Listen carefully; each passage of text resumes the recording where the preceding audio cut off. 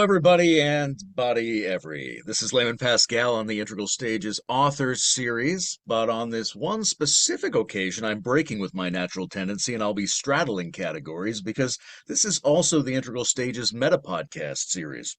We're talking with Amiel or Amiel, depending on who you ask, Handelsman, about his article concerning deracialization that he's given to the Integral Leadership Review, which is now the Transdisciplinary Leadership Review. And we'll be talking to him about his new podcast called How My View Grew, which has to be good because it rhymes. And if you recognize any of the words I just used, or if you identify at all with my jaunty use of complex syntax and transformational and ambiguous signifiers, then you've come to the right place to lose your mind in. Hello, Mr. Handelsman. Good to see you. Great to be here, Layman. And I always appreciate how much you fit into one breath. It's impressive. Thank you. Thank you. Okay, you are one of those anti-racists I keep hearing about. Your article is entitled Six Reasons You're Not Deracializing People But Could Be. And although the argument has many facets, I think a lot of it comes down to two main ideas. One, that race is not a useful scientific categorization, and two, that its constant use in social discourse and labeling creates a dehumanizing, unhealthy, anti-developmental atmosphere. Does that sound about right? Absolutely.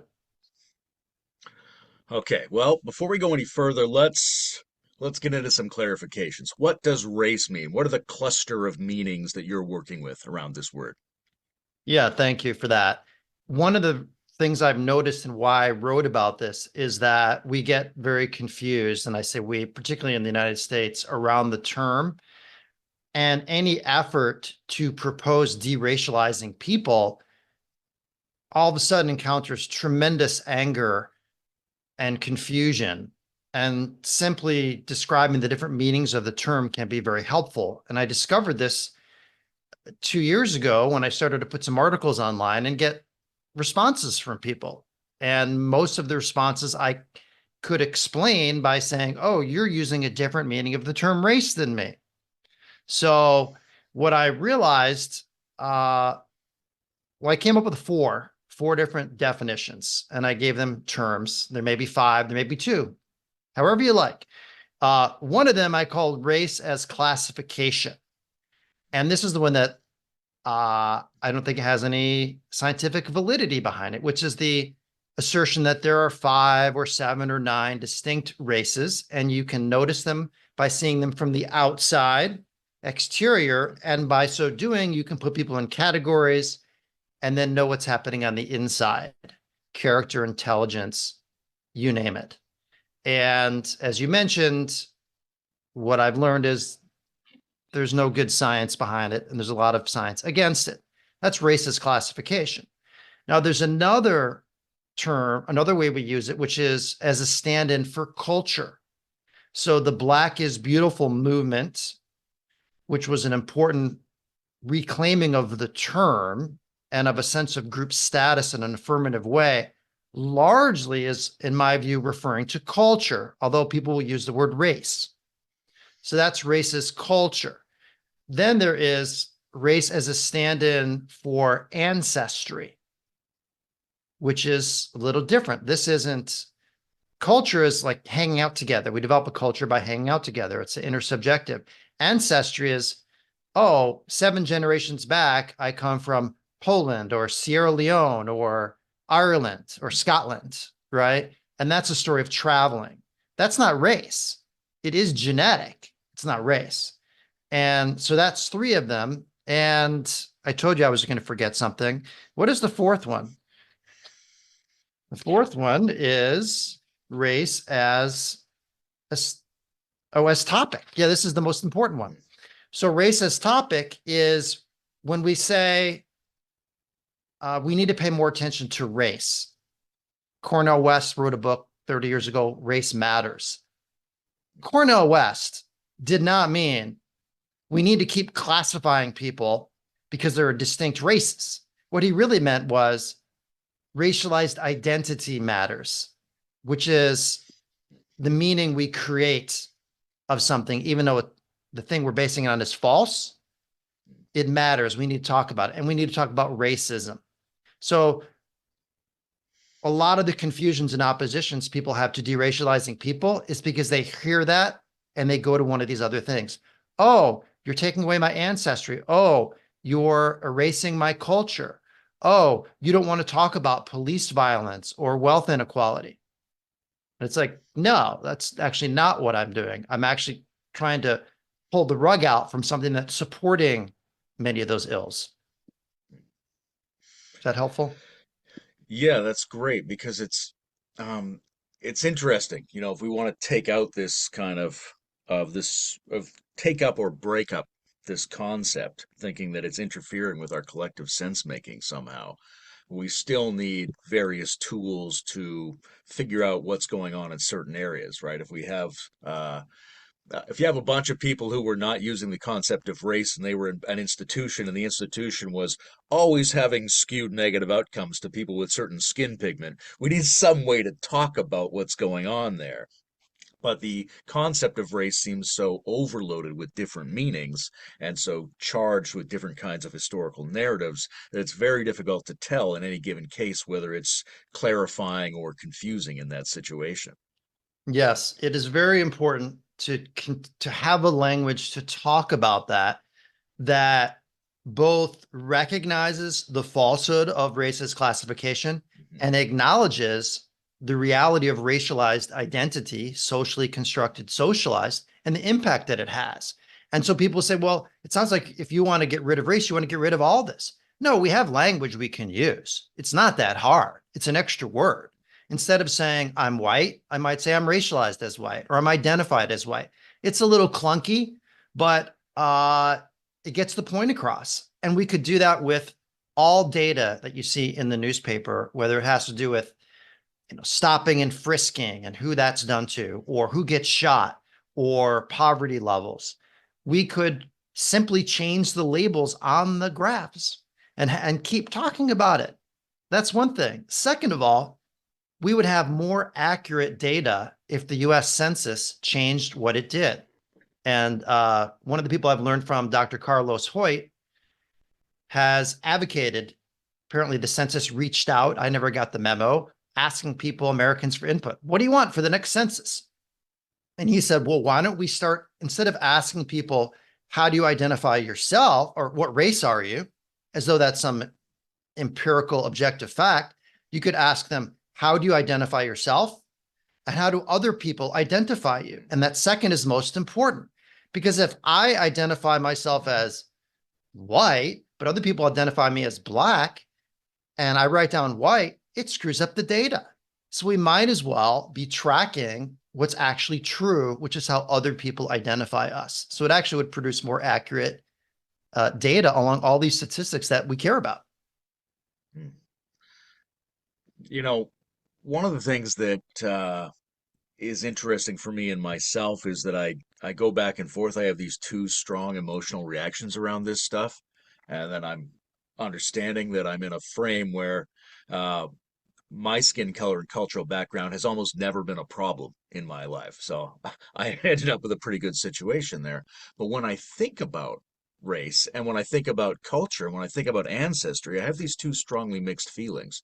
And one is part of me says, yes, this is important. It's obviously important to people. It has to be acknowledged but not fully identified with. It's real, but it has to be transparent to who we are as more complex human multidimensional creatures.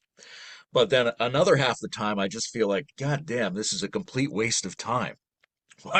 Can't we just get rid of this whole concern about race and culture and ancestry, which is a very privileged kind of thing, but also I think it comes from a real emotional place of feeling like we're being restricted by an inherited set of thinking about who and what we are and how to organize ourselves. And I'm curious how you handle sort of those two feelings, like a strong anti-race feeling and a strong sort of it's significant and we have to work with it feeling. Right. Uh, my percentages is probably 80-20. I think that part of what I wrote about in this article was the notion that there are reasons why there are very few of us that are deracializing. There's a lot of good reasons. And it's like, why bother? Why would I want to bother to do this? And I have some hypotheses, but this is a safe to fail experiment. I'm writing about this and speaking about it to see what does it produce. I don't have any objective evidence that if everyone deracialized themselves, the world would be a better place. I got none of it. It doesn't exist, right? But what's bothered me is that you have something that's so widespread, it's agreed on by every worldview, right? The progressive postmoderns and David Duke are in agreement, as are most of us integralists, as are modernists. We either accept it or we defend it or we don't think about it. And all those reactions are absolutely understandable. And so if you're listening to this and you're wondering, why should I care about this? Part of me is right there with you. And yet, gosh, if you have something that is so widely used and it's based on falsehood, and a falsehood that was originally used to justify slavery and Jim Crow and lynching and racial codes and so on, and the Holocaust. God, it seems like it's worth pointing it out. And I wish it would just go away too. I wish we didn't have to. I wish everyone would just acknowledge there's racialized identity, there's no race, there's beautiful cultures, there's ethnicities. We need to use them to diagnose and treat disease, yada, yada. By the way, I recently saw the yada, yada episode of Seinfeld in preparation for this interview. And I didn't realize that yada, yada is used to like not describe some uncomfortable truths, but I think I just covered a bunch of them. So lately, the last 2 years, I've been leaning more in towards of let's talk about this and see what we can learn from it. And the last thing I just want to mention is that I think a lot of us are practicing magical thinking in the following way. If I call you white, that makes you white. And that's classical definition of like, I'm creating your reality. And we're sort of unconsciously doing this around racial categories. So if all of us who are in this exploration of integral say, yeah, I really like magical thinking, and then we realize we're using it all over the time every day, maybe making that an object of awareness would support all of us in our individual and collective growth. Hypothesis to test. Hmm. I really like the idea of trying to build useful structures into the way that our questionnaires are set up. I like this idea of, how do you generally identify and how do other people generally identify you? Because it's an inherently multi-perspectival and self-other kind of structure. And just by going through that answering procedure, you activate yourself in certain ways that are, in some sense, the opposite of, um, I want to say, the way that conventional form filling tends to activate stereotypes and subconscious patterns. I've seen some studies that suggest that women do worse on math tests when you have to identify your gender at the beginning because it primes their brain to play out gender stereotypes, right? So there might be something like that, that the way we normally do this kind of cultural evaluation and asking each other for feedback may prime us to play into simplified stereotypes, or it might prime us to play into more complex thinking, depending on how we set up those forms. So that part of this I really appreciate. I hadn't thought about that. US Census as developmental scaffolding. Very intriguing idea. I'm curious if you have any thoughts or feelings about um, the notion of the perpetuation of the race discourse as a way of protecting the socioeconomic discourse, right? Some people, there's like a leftist critical dialogue which suggests that the financial hegemony of the world protects itself with a kind of invented race barrier and an eternal conversation about race that keeps us from focusing on the economic and material structure of the system we're in. Similar to the way you might get two different kinds of downtrodden workers to argue with each other rather than trying to change the system they're in by giving them and encouraging these racial identities. Do you see it as potentially part of a camouflage and self-protection function of a material ideology? Let me make sure I understand what you're saying there. Part of what I'm understanding is that for those who want to maintain wealth and other economic disparities, we talk about race and racial categories in order to serve as a decoy from things that we don't really want to change. Did I get that right, or would you say that a little differently? Yeah, I think we get that right, and I think it's both it could be on the an unconscious thing on the part of individuals, or it could be like an unconscious function just of the system that we're embedded in, Yeah. that it might try to keep itself from changing by pushing the argument into cultural discussions that don't really cause any change. Well, that argument is very makes a lot of sense to me, whether it's conscious or unconscious. I remember reading a piece by Toure Reed, who comes from sort of a Marxist family and background and has a very economic understanding of things. And he was criticizing both President Obama and Ta-Nehisi Coates, this was about 10 years ago, for focusing exclusively on cultural categories and racial categories rather than economic categories.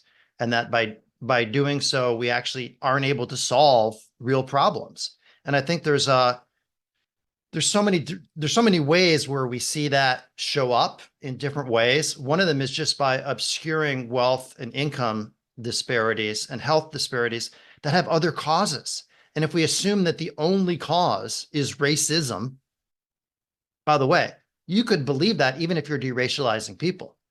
So I could be deracializing people and still say that health disparities and wealth inequality are purely due to racialized identity. Same thing. But I've taken a unicausal explanation for a complex phenomenon and then based my social and economic policy and individual behavior on that interpretation. Guess what? I've missed a lot of what's going on. That's one. Two, I'm losing a coalition. This is one of my big beefs Mm. with the Black Lives Matter response to police violence. There are a lot of people identified as white who get killed by police. And the moment we define that as this is all about quote unquote Black people, those folks are not interested. So is the goal to defeat racism, or is it to improve lives, including members of the Black American cultural community or folks who are identified as Black? What is the goal? Like if you had a choice, that's a question I would ask everybody. You could eliminate racism, but nobody's life gets much better. Or you could improve lives in ways that tangentially or partially attends to racialized identity and racist behavior. Which would you choose? I would choose the latter. So yes, it can be an intentional or unintentional decoy. It can blind us of the complexity of the problems. And it also can shrink the constituency for any positive change. One of the things I enjoyed in your article was your list of counter arguments and then your countering of the counter arguments. We've covered some of this stuff already, but let's go through those. You've got six um, stories that challenge what you're saying in the article. And I think the first one is the race is a neutral, innocuous category. How do you respond to people who hold that view? Number one, it makes sense that you would hold that view because that's what we all hold. It's a taken for granted status in our culture. As I said, every worldview agrees on it. And for each of these, and this is what we do in developmental work, is I don't want you to change what you think. I want you to notice it and maybe listen in a way that you hold it more lightly. And that's true for all six of these. So for it being a neutral and innocuous category unrelated to racism, first of all, just historically, these racial categories, people created them to justify, among other things, slavery for one's lifetime, chattel slavery in the United States, and also to prevent indentured servants and slaves from uniting and under economic terms, the thing you were just asking about before, which was Bacon's rebellion in the 17th century. So this is a very important point. A lot of folks think because many Americans were racist, white identified Americans were racist, they created slavery. That's not true at all. Everyone knows the date 1619 by now, right? When the first people who were slaves were brought to the United States. There are also a lot of indentured servants coming around then. And for more than 50 years, there was no notion of race. And then this Bacon's Rebellion happened, and it was a mix of indentured servants and slaves of different colors and skins. And suddenly some of the powers that be said, we got to divide and conquer. Let's talk about black and white. And then Virginia, late 17th, early 18th century, put it into law. Why did they put it into law? To justify something that already existed. Fast forward to the American Revolution and beyond. All men are created equal. We would now say all men, women, and others are created equal. All people are created equal. How do you justify? How can you say that in a system where you have slavery? Well, you just say, well, some people are more human than others, and they're not really people. So we can get away with it. And so on. So that's like, it's a very nasty history. And there are people who are trying to flip it around and say, well, it was used for bad and now let it use it for good. But most people aren't really aware of how it was used for bad. And then the other thing I would say about that is that every time we reinvigorate the notion of race, a white supremacist somewhere is smiling. We're making their job easier for them, even if we're using it for so-called positive terms. It seems like there's a very delicate balance that we have to grow towards because, on the one hand, uh, a lot of racism can be embedded in and hidden by the concept of race blindness, of not thinking in terms of race.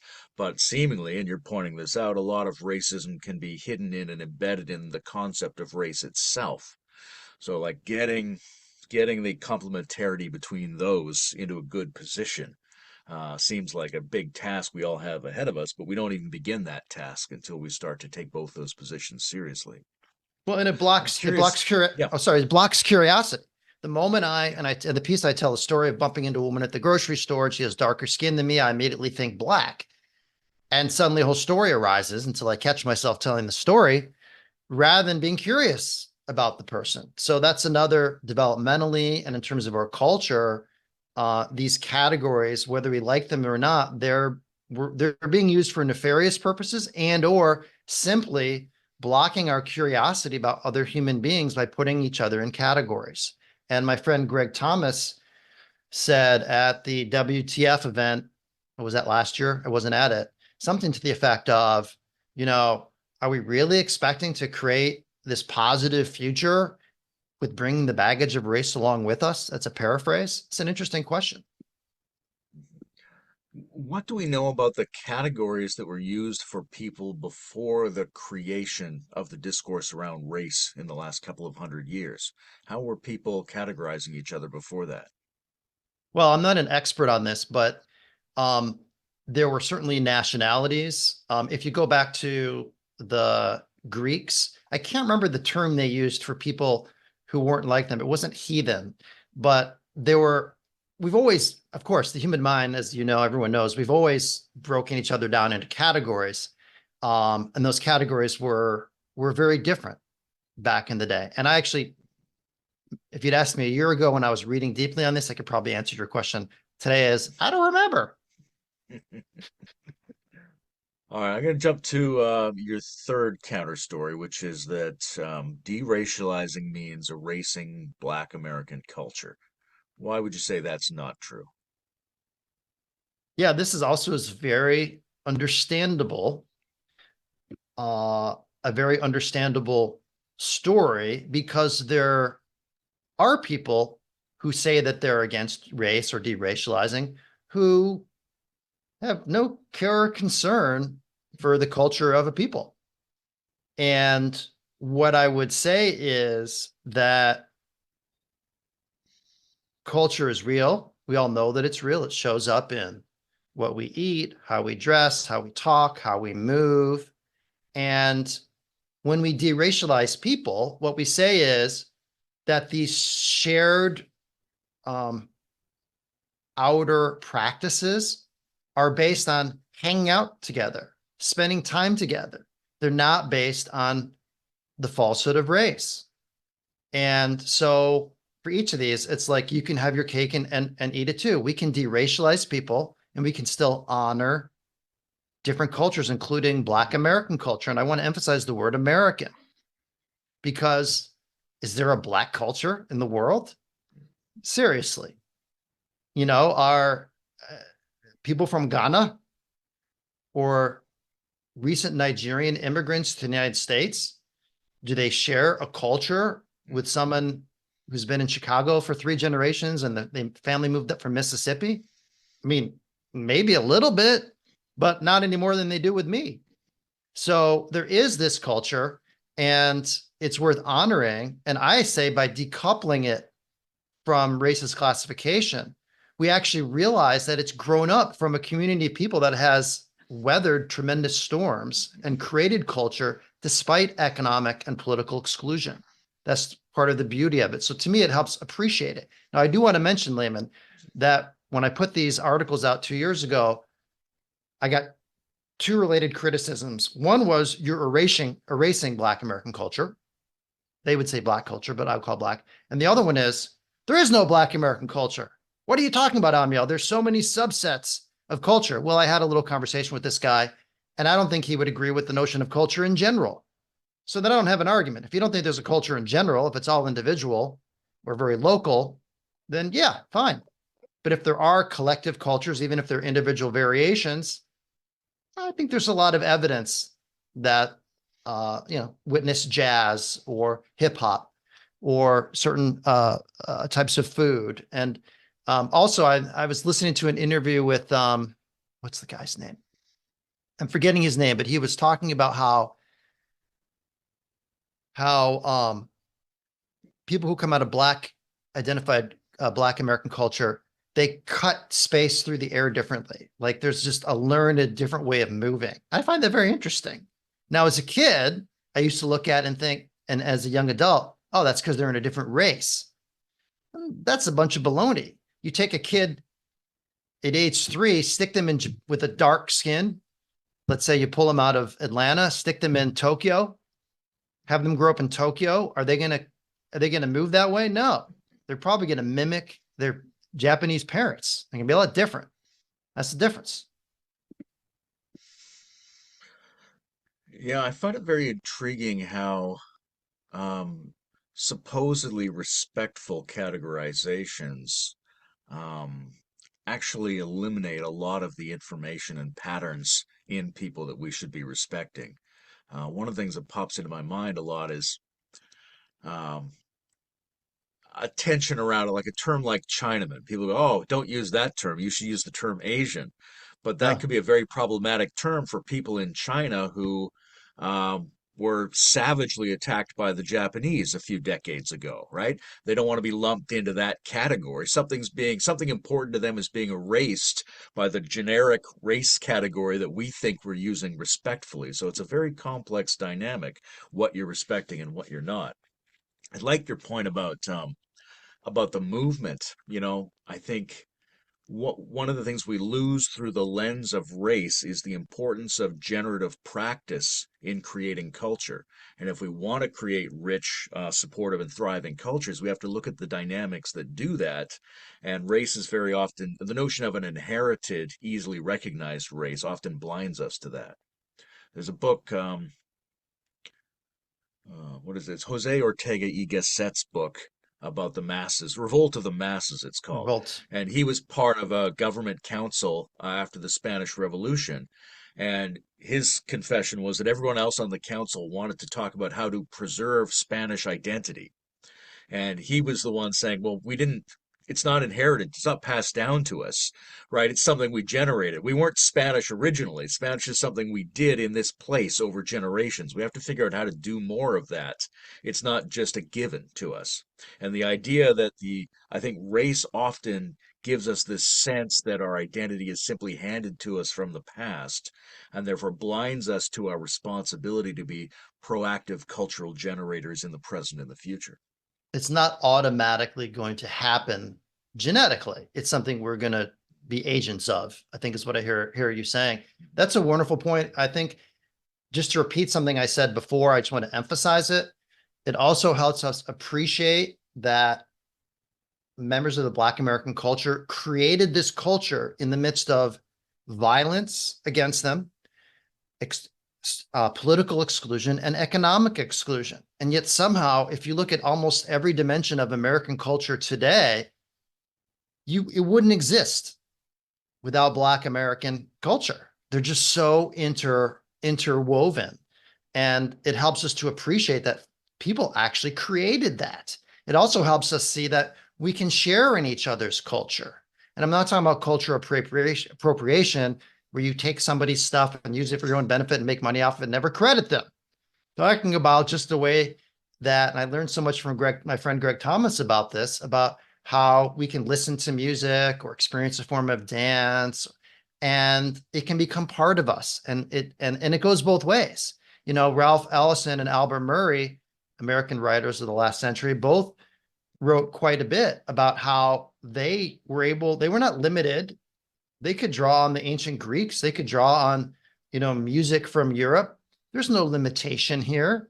We can draw on all these different cultures, and it enriches who we are. And so when we say culture is real and can be beautiful, can also be ugly, versus racist classification, which is false and limiting and fixed for life, right? Like, I can't enjoy any of the riches of other cultures if I'm wired biologically a certain way, and that's all I'm going to be. It's actually not what happens. It's actually not even, we actually continue to learn from each other and grow. And your point I hadn't thought of is it helps us take a sense of responsibility to propagate the cultures that we really appreciate. So your fourth point is, or the fourth potential counterargument against you is that deracialization puts us at risk of not properly paying attention to ancestry. And ancestry is important both because it's very important to people to honor and respect that. Well, not to everybody, but to some people that's extremely important.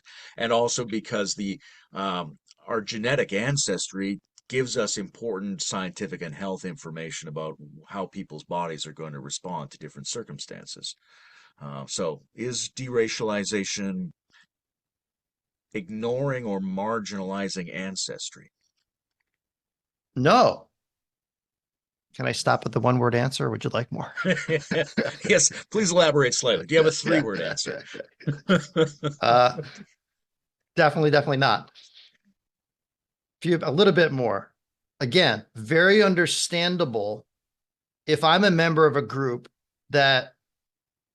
which is actually true for me, but if I'm a member of a group that is, let's say, racialized as Black, that has never really been able to trace ancestors back very far in the United States, if my ancestors come.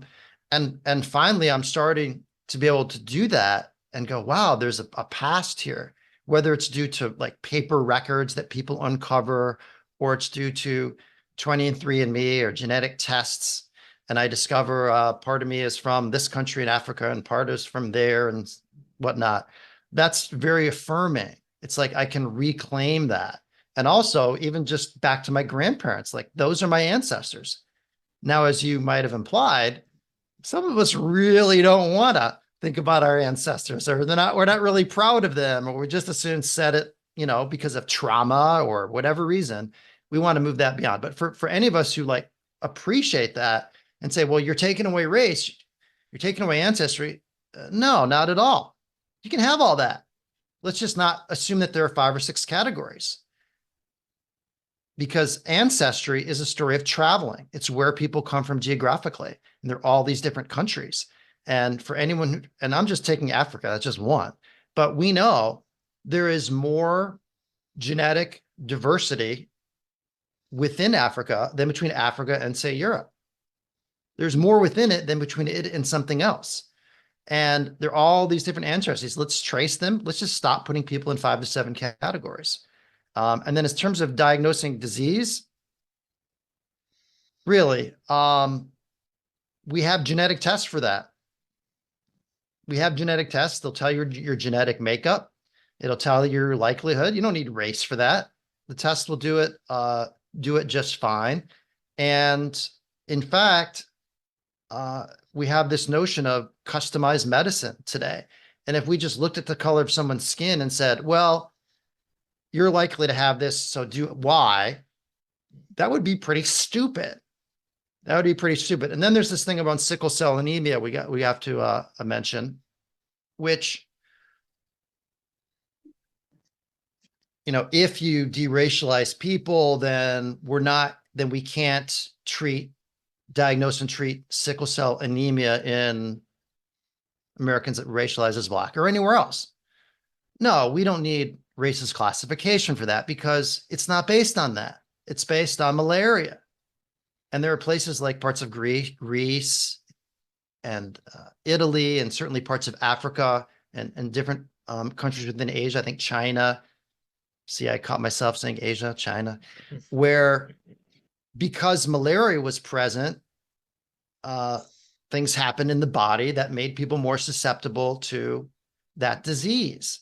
So we just need to know, like, did you come from a part of the world where that was the case? We don't need race for that. So that feeds very nicely into this next counter story, which is, and I think most people probably assume this without thinking about it too much, is that racial categorization is scientific. It's part of the, natural science taxonomy of the world. Why is that not the case? Again, very understandable, particularly because of the census, and every institution has codified this. I remember I called a couple of years ago to get a COVID test for my son, and they said, "What's his race?" And then I did what I do, and I say, "Well, I prefer not to answer." And just experience that moment of discomfort. So it's we have these categories, they're everywhere. So of course we would say, well, they must be based on something. But they're not. And we've known it for a very long time.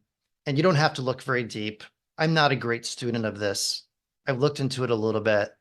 1942, Ashley Montagu, the anthropologist, produces man's most dangerous myth, the fallacy of race.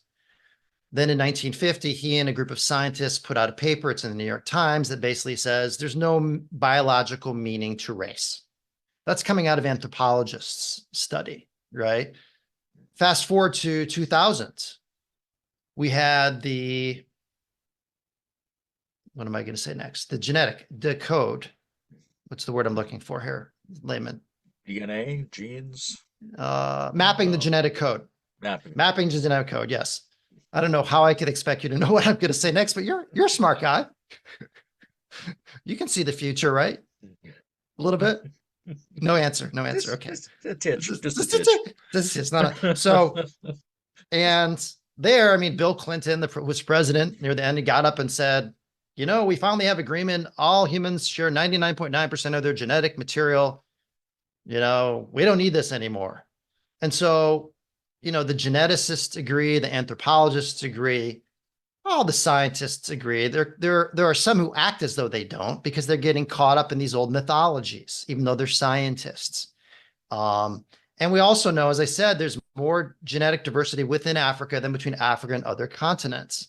And there's so many examples of this that we just go, yeah, that's a bunch of baloney. And then one of the things I wrote about in the paper was I started to wonder, so where is color? Color is just part of racial identification. There's also like facial features, there's like nose and lips, these wide, narrow, thick, thin. These are real things. There's no reason to lie to ourselves that these differences don't exist. They just don't mean anything.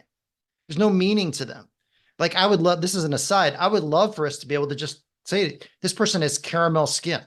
Now, do we need to say, Layman has thinner lips than so-and-so? Does that help us identify? Probably not. But if it was helpful, it'd be great to be able to do that without assuming that means Layman is superior or inferior. It's just a physical assertion of objective reality. But we have this whole layer of meaning around it. I'd love to eliminate that. But anyways, back to your question. What was I talking about? You're talking about why science and genetics makes race an unfeasible category. Oh, right, right. Let me just take a quick look here. I told you I wrote this a year ago, and I have to remind myself of, yeah, oh, the genetic code. So I got really curious, like, where does the color of skin show up? There's 46 chromosomes in humans, 23 pairs. There's 22, and then there's the sex chromosomal pair, XX or XY. Like, where does this appear? And I sort of imagine that they're all colored black or white, like at some point in my life, like just determine it. It's like the smallest thing. And I want to give you the exact number. So I looked up this gene. It's called the SLC24A5 gene, which is on chromosome 15. How much of chromosome 15 does it take up? 1/5000th. I did the math. I measured it. Great instrumentation here in Ann Arbor. 1/5000th of one of 46 chromosomes. Now that may mean nothing to the listeners. To me, I go, that is really small. And here's the second thing about it. It codes for skin color and nothing else. This is very important, just factually to know. And this is true of the other little genes that code for skin color. They don't code for intelligence, athletic ability, judgment, patience, creativity, character, nothing. They're completely separate. So again, what's outside doesn't tell us what's inside. They're separate. So science is in unanimous agreement, racist classification, not happening. I'm always a little bit amused to think about how lazy stereotypical thinking is. Right? It relies on such superficial, obvious features, right? Like if you had to judge by pancreas length, there never would be racism, right? It has to be something you can tell at a glance. I would be interested to know what pancreas length corresponded to. Do you have any ideas, Layman? It's right. I have the superior pancreas length. My people will dominate in the end. Oh, so okay, so we've got this concept and we've got this dialogue around race, and it was generated a few hundred years ago. So we have it a little bit by cultural habits. Maybe it serves a function in the economic ordering of our social ideology. It's available to people for their own political purposes, both for good and for ill. But beyond that stuff, what makes it so attractive? Like everybody seems to believe it because they hear everybody else say it. Why do we like it? Why are we so disposed to use this non-helpful term and concept? Yeah. Yeah, it's a really good question. Um, you answered part of it is just through socialization. We learn that it's real. It's almost as if everybody was taught that Elvis really is alive, even though I think pretty sure he's not. And we're all taught that. You heard it here first, folks. And we're all taught he's alive. He's hiding out. Where should we put him? Uh, Borneo, somewhere distant. He's hiding out somewhere in a little village, and we all learn it. Of course, we're going to take it to be real. And then you have somebody, Amiel, saying he's dead. I've been to the cemetery I know someone who dug up his body. I had some good friends that matched it genetically. It's him. And everyone says, A, I don't believe you. And B, why should I care? He hasn't made any music recently anyways. I might as well. So we've been socialized into it, but maybe we could just talk about it by worldview. I don't know if that would be interesting. Why do people have so many different worldviews agree? So, if I'm in the warrior red worldview, this is not a concern. I'm not even thinking about it. Right? Whatever it is, it is. I'm going to name it that way. Traditional worldview, it's threatening to me to break up the established order. I learned that it's this way, so it's actually painful. If there was evidence, that really makes me uncomfortable. So the traditionalist within me, within Amiel, that has that response. The modernist is, well, this is a reaction I've gotten from some, is like, that sounds like another postmodern progressive project. You're trying to deconstruct. I don't really like deconstruction. Let's focus on progress, moving forward, science, ironically. So yeah, take your deconstructive project and shove it. Meanwhile, these so-called propagators of the deconstructive project are interested in deconstructing everything else, except for this, everything else, with a few exceptions. There's some people who are interested in it. And you say, well, why is that? Why wouldn't you want to show the fallacy of something upon which racism, slavery, and so on were built? Well, I looked deeply into the work of Robin DiAngelo and Ibram X. Kendi, who, while they are not, I would say, the most helpful writers in the postmodern progressive tradition, are the most popular, or among the most popular. And I looked to see what they had to say. And Robin DiAngelo said, race exists. It was used for bad. We have a responsibility to use it for good, period. So like a lot of what she writes, that's relatively simple, full of lots of cognitive bias, but it works for her, doesn't work for me. And then, as you might expect, Ibram X. Kendi has a more sophisticated response to that, which basically means the same thing. And he has one chapter in his book, How to Be an Anti-Racist, about this, where he basically says, this is false, this is harmful, but if we get rid of it, we stop talking about it, then we're letting all these people off the hook. We can't make anything any better. And we've already talked in this conversation about why that's not such a helpful point. We can fight racism and deracialize people at the same time. So when you have people like that up who are convinced that there's moral value within progressivism of having these demarcated categories and haven't heard of or chosen to just add a few words, racialized identity, racialized as Black, identified as Black, they could do that. They don't know about it. They haven't done it. So then everyone else listens to them. And then suddenly it's codified. One last thing I want to say about this on a very personal level, because I continue to go through my own journey. There was a point in time, maybe 20 years ago, when I felt like it was a sign of my growth and courage to use the word Black, to call someone Black. Almost nobody in my circle was doing this, except for people identified as Black, I would say it. It was like, oh, we can't use that term. And I was like, no, I'm going to use that term because I'm going to name the fact that we have injustice. And the way I'm going to name the injustice is by naming people who've had injustice committed against themselves. So damn it, I'm using the word Black, and I'm tired of hiding it, and I'm tired of being an apologist for racism. So a lot of Americans in the last 4 years since the murder of George Floyd have had a similar epiphany. And you hear this word used much more often. Everybody wants to refer. And again, no one is talking about these qualifiers, identified, racialized, so-called. So we followed them.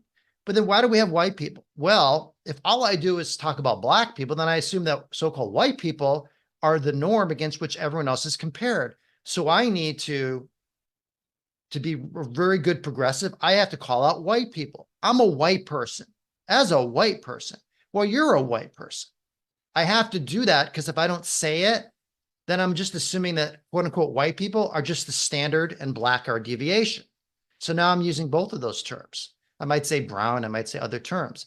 So it has actually become a way internally to feel good about myself. I'm on the right side of history, and externally to be a member of this tribe of anti-racists. I belong. I show that I belong. It is a ticket to entry.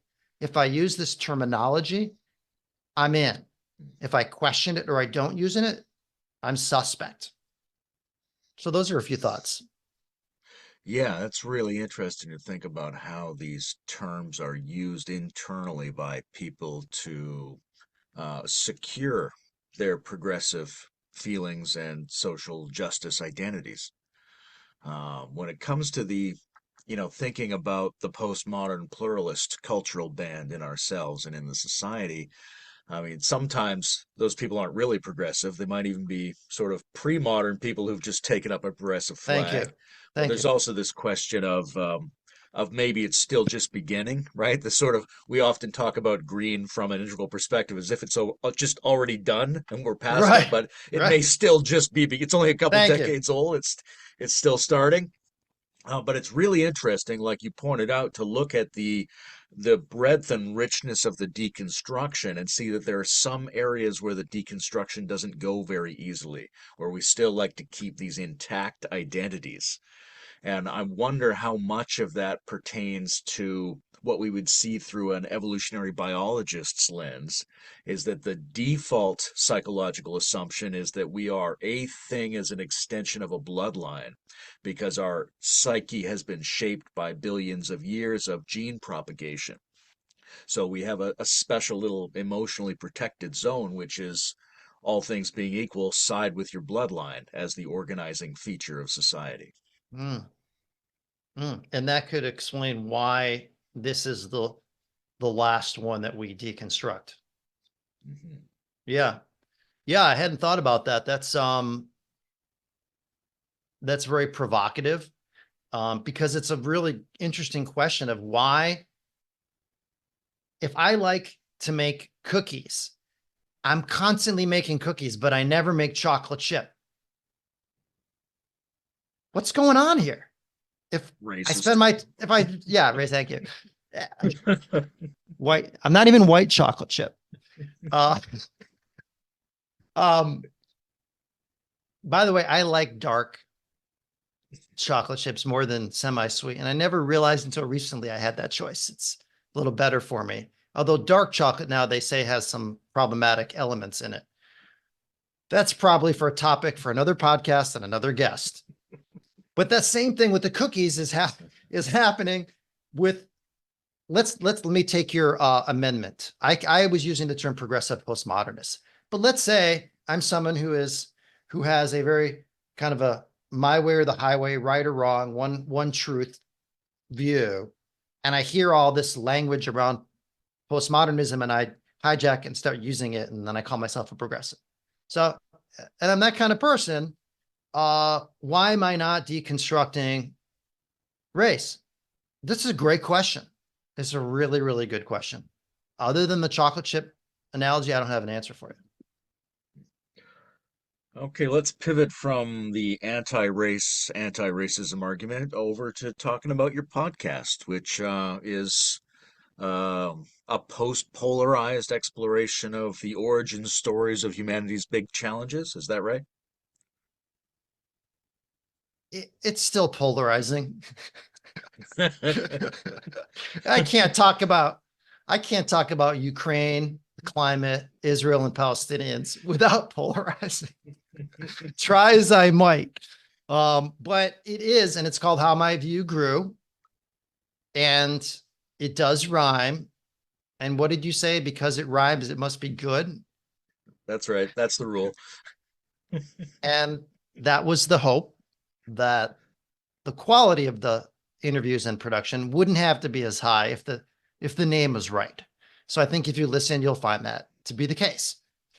Having said that, the original thing that motivated me to do a new podcast, period, because I had one from 2014 to 2019. And it was really focused on leadership in teams in organizations. That's been the focus of my career and my life for 30 years, is how do you make organizations work better and have them better environments for the people in them. And I noticed in the last couple of years, I started doing all my episodes. This is like 2018, 2017, 2019, on climate change, on politics. And it's like, whoa. And I just stopped. So coming back, I realized I have no energy to focus on the organizational level. What's happening in the world? And what do I have to contribute to that? Well, one thing I like to do, I'm very interested in, is to hear, it's been in a client context, but also in a world context, is how do people change their ideas and what can we learn about them? The goal of How My View Grew is not to do a study of how people change their ideas.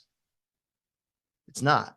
It's to use stories of people who've changed their views to illuminate the nuance and complexity of big messes. Big messes like, democracy, the rise of authoritarianism. And so far it's been going pretty well. I've just put out, I think, 3 interview-based episodes. The first season is going to be 16 episodes. The odd numbers are based on interviews. The even numbers are short mini episodes of me talking and providing a little riff on some topic for 5 minutes. And but what I've been doing is I've been asking, the common thing you do on a show is you tell me how you see things. And then maybe you'll say, well, how did you get there? I start with, before you had some shift of view, how did you see this topic? In one case, it was somebody who in his 20s thought the world can't work. We can't make things better. And then he came across Buckminster Fuller and suddenly realized, oh, there's actually enough food around to feed the world. And it changed his own orientation. And he was one of the founders of the sustainability movement. His name is Gil Friend, right? I did another one with Bill Dresowitz, who grew up in a liberal family, loved NPR. NPR was how he built his world around. And then in the months after George Floyd's murder, said he was, quote unquote, hate listening to it. He just didn't feel like he was getting the full story and started to go into so-called heterodox voices. I don't know if he went to the integral stage or not, but he went to heterodox who were neither liberal nor conservative and was like, wow, there's this whole world out there. So what I've learned is, these stories, if we want to illuminate complexity, let's, just like we do in developmental studies, let's see how people progress through it, have them tell the story of it and then go, oh, that's how you expanded.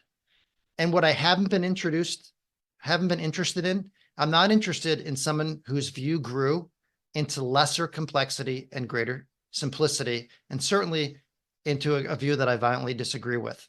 Now, maybe that's some maturing on my part, but I have a lot of views in the world that I want, or compilations of views that I want to elevate.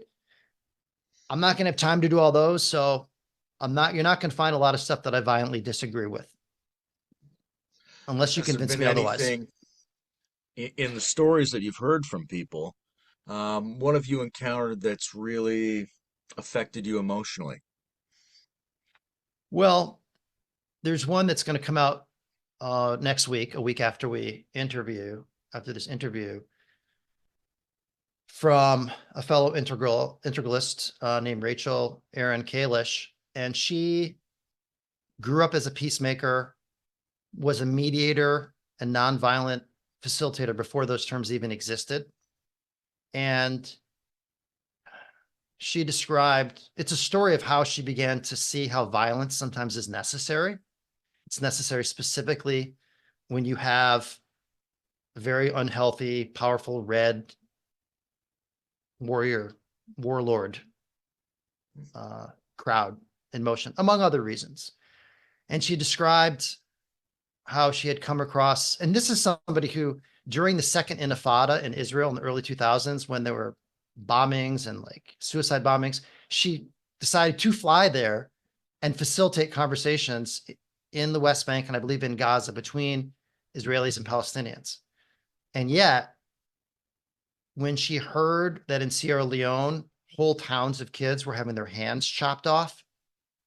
Just the brutality of it so affected her that she's like, whatever's motivating this people to do these things, a nonviolent approach is not going to work. I'm laughing, but it's like so extreme. And she had the same response with Hamas.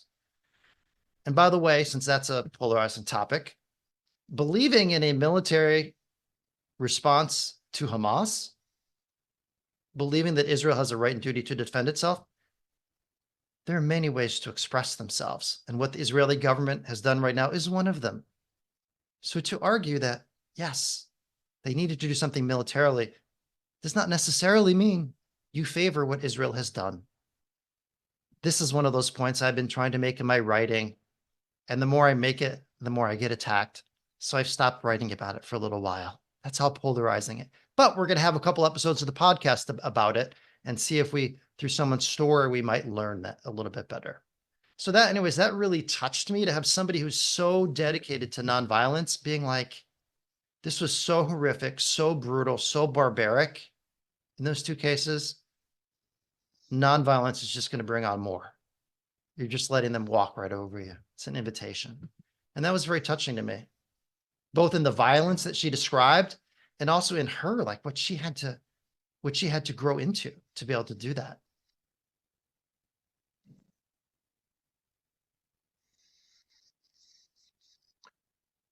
I believe I saw in the autobiography section on your podcast page that you included a quote from a guest who said, "You frighten me." And I'm curious why you included that and what delighted you or was meaningful to you about including that. Right. To clarify, my physical strength did not frighten him. In case anyone was wondering, my emotional, intellectual depth, whatever it is, did not frighten him. The reason he said that, and this was Peter Block, who is one of the founders of the organizational development movement. He had a very famous book called Flawless Consulting, which if you are in a consultant-client relationship, I still suggest you look up. It still works. It's great for contracting. I so respected him, and I already had a habit of researching my guests, which a habit that you share, Layman, which I really appreciate, that I really went an extra mile with him. And I decided to do a biographical interview. And at some point in the interview, he realized, I can't believe you know this about me or about something I wrote in a book. And that's when he said, "You frighten me." So that's why he said that. Why did I include it? To me, I feel proud that someone like him would say something like that to appreciate me. Like I was very touched by it. I felt like I'm doing some good here and I'm feeling a little emotional. And I'll just let myself feel a little emotional. It's also an example of we have gifts, and often they're gifts that people make fun of us for. Like I was kind of teasing you for like saying so much into one breath, you know. So I have a gift for like studying things up ahead of time. And we have these gifts, and sometimes we get discouraged from using them or teased for using them. And then someone who we respect acknowledges them and says, "This is great." It's like, oh, I can be who I am, who I am. And so I found that very touching. I wanted to share it. And for anyone who knows Peter Block and knows why I put that in there, it says something about my interviewing skills, or at least about my research skills. There may be 5 people in the world who fit that category, who know about Peter Block and understand it's about interviewing skills. But for those 5 people, they're going to be like, damn, I want to listen to how my view grew, because that's probably well researched. That's why I put it in Nice. there, sir. Nice. Thank you. You know, I'm in a lot of conversations where people are debating whether to use terms like the poly crisis or the meta crisis. And one of the arguments in favor of saying something like meta-crisis is that we're not just looking at a cluster of convergent world challenges. There's something they have in common. There's deep common drivers that are producing these issues. And I'm curious, you having talked to people about shifts involved in large challenges that humanity's facing, whether you're seeing anything in common about what's generating these different challenges and what might be able to address them. I have been learning things. I've learned them as much from you and Bruce and others who are speaking and writing and giving people a platform as I have from my guests. My podcast is very new. I just put out the first episode at the beginning of March. So, I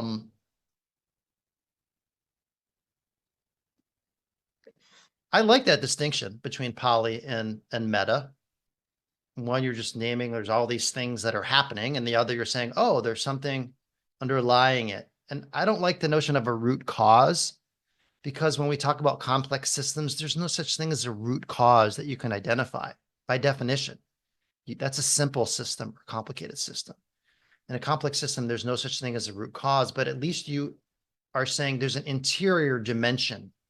There are interior dimensions to it. As someone raised in the integral world for 20 years, what's not like to like about that? I don't know. That's a simple answer. I don't know. What do you think?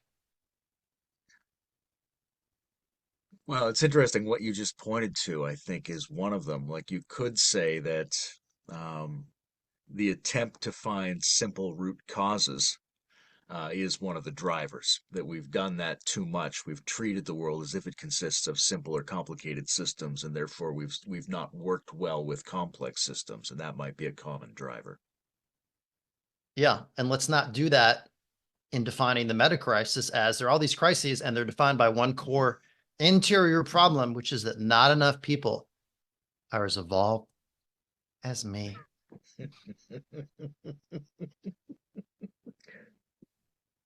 It's the true crisis, the not enough people think like me crisis. Think like me, talk like me, look like me, eat like me, make cookies like me. If there were just more people like me. And by the way, I do that myself. I think like everything that I'm making fun of myself, although 20 years of being in the integral community and seeing our inflammations, boomeritis, integralitis. I'm sure you've used that term. The inflammation, I can feel myself inflaming, not just my gut inflaming, my ego inflaming. And this is one of the, I guess I'm spending a lot of my time right now focusing on particular organizations and companies for a while, but not particular crises, whether it be Israel and Palestine or Ukraine or the climate, like really delving into those and meeting people where they're at, and frankly, where I'm at, because I only have so much capacity. And there are places that I can't go. And that's a humility. And Don Beck would call it in some ways, the yellow sword.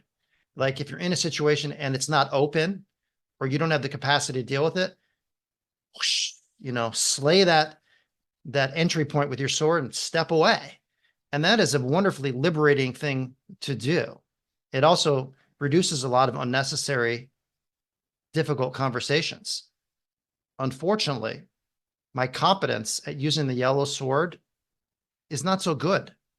And afterwards I go, why the hell did you just have that conversation? What were you trying to do? And this is not false humility. You know what I'm talking about? We all do it. It's like, oh my God, what just got reconstituted in my ego for the last 5 minutes or half an hour? It's embarrassing.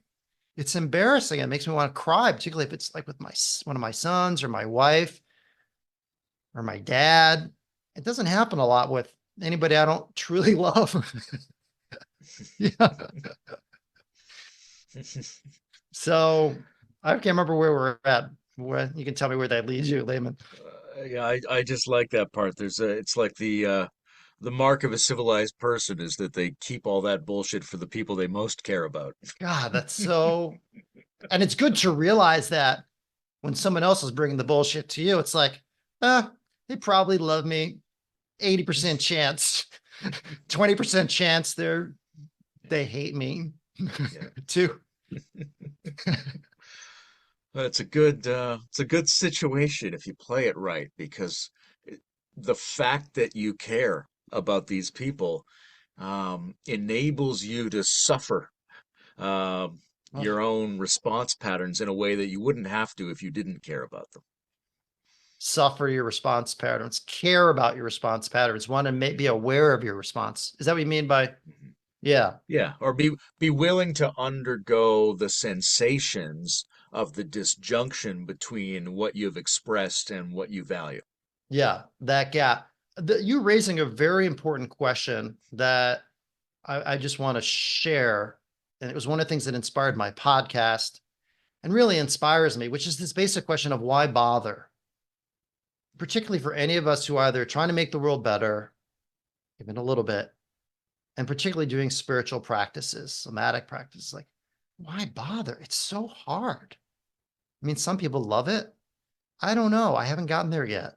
George Leonard, who was a journalist who got affiliated with Esalen Institute, he would say in his book Mastery, most growth happens on the plateau, not the peak, plateau experiences.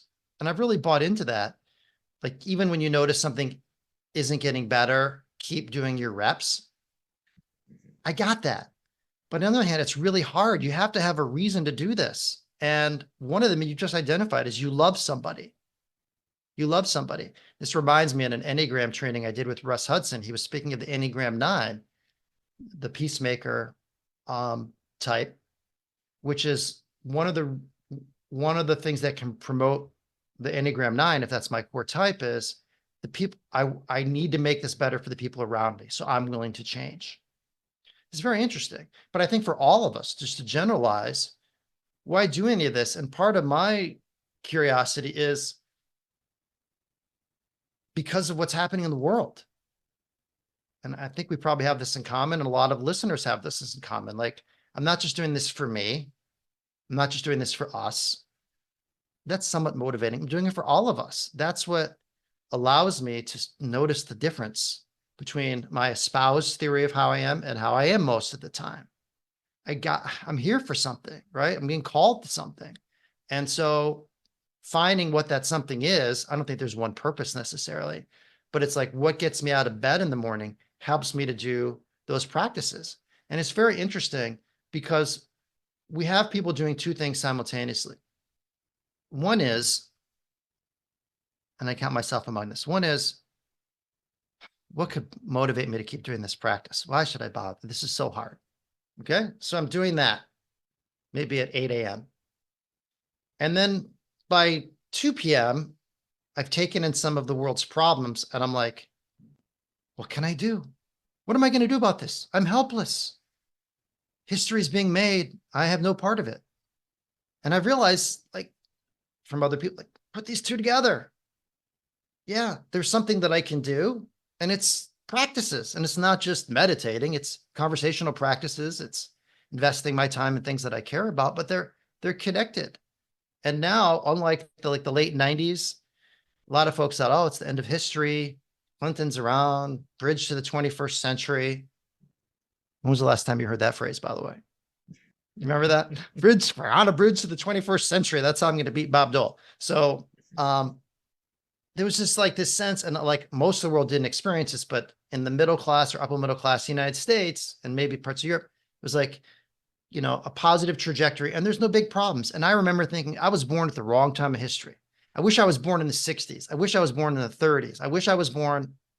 What a stupid thing to wish, because wishing is for more suffering. Well, we're there. Like, everything we could possibly want to inspire us to practice is right there showing up for us every day.